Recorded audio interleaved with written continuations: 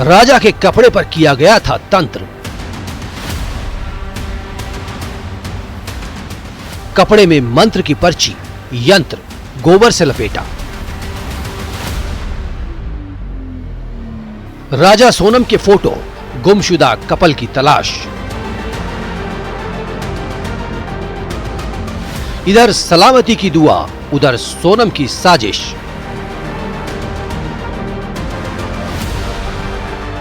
राजा murder mystery में तंत्र मंत्र की जो कहानियां सामने आई हैं, वो कम हैरान करने वाली नहीं। अब सबसे ताजा तस्वीर देखिए। ये है राजा के कपड़े जिस पर तांत्रिक क्रिया की गई। इसी कपड़े में है राजा सोनम का फोटो और इसी कपड़े में यंत्र और मंत्र की पर्ची रखी गई। सिर्फ यही नहीं, उसके बाद इस कपड़े को गोबर से लपेटा गया, उस पर करीब 50 किलो वजन रखा गया और उसके बाद शुरू हुआ तांत्रिक अनुष्ठान। दोनों कहाँ है, उनका पता बताओ। तो उनका हमने जो है इसके लिए, अगर कोई गुम हो जाता है या चला जाता है तो उसका स्थान का पता नहीं लगता है, लेकिन ऐसी एक क्रिया है कि उसके कपड़े में मंत्र के द्वारा हम जो है रख देते हैं और उस यंत्र को जो है गाय के गोबर से लीप के उसके कपड़े में लपेट के रख देते हैं। मंत्र में तो एक 15 का यंत्र होता है, उसके साथ में उसमें अलग अलग बीज मंत्र होते हैं और उन मंत्रों के अलग अलग अक्षरों का अलग अलग महत्व है। सवाल है कि ये तांत्रिक क्रिया किसने करवाई, इसका मकसद क्या था? क्या ये सोनम की साजिश का हिस्सा है? तो ऐसा नहीं है।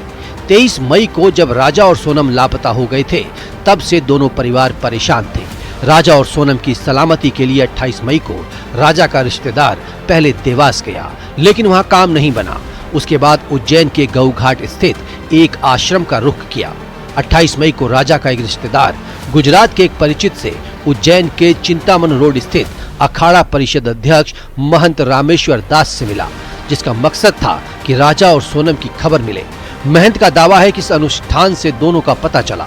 2 जून को राजा की लाश मिली और 9 जून को सोनम का सुराग।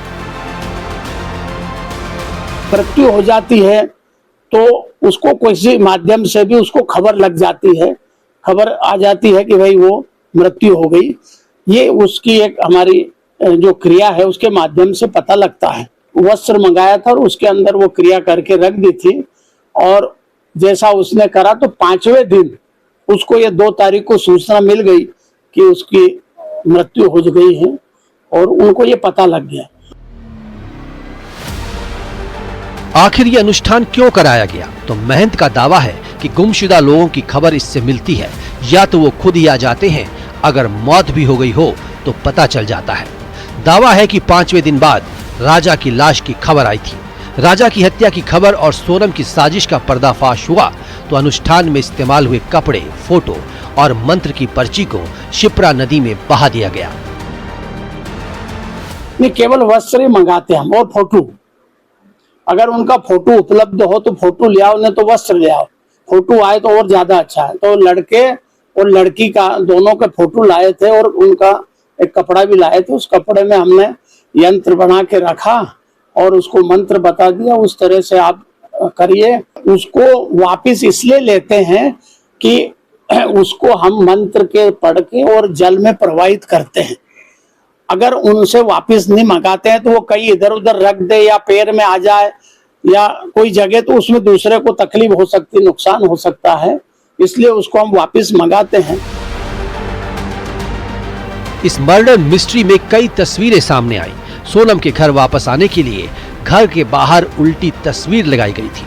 सोनम की कुंडली में मंगल दोष के लिए भी कई जगह पूजा करवाई गई।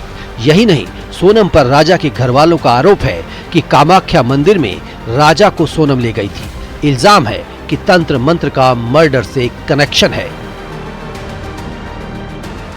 तो तांत्रिक का शिकार भी हो सकता, क्योंकि उनके यहाँ तांत्रिक में थोड़ा ज़्यादा ही वो करते हैं। क्योंकि वो जगह जगह घूम रहे थे। जब सोनम घूमी थी ना, तो बोले हमने यहाँ पे ये करवाया, हमने वहाँ पे वो करवाया। तो वो तांत्रिक में ज़्यादा विश्वास करते हैं उनके घर वाले। तो बच्चा तो वैसे ही सीखेगा ना। हो सकता सोनम ने कुछ तांत्रिक विद्या करी हो, मतलब इसीलिए उसको वहाँ पे लेके गई हो। सोनम, कुंडली और कत्ल, राजा को कामाख्या मंदिर क्यों ले गई थी सोनम? मंदिर में कौन सी मन्नत मांगी थी?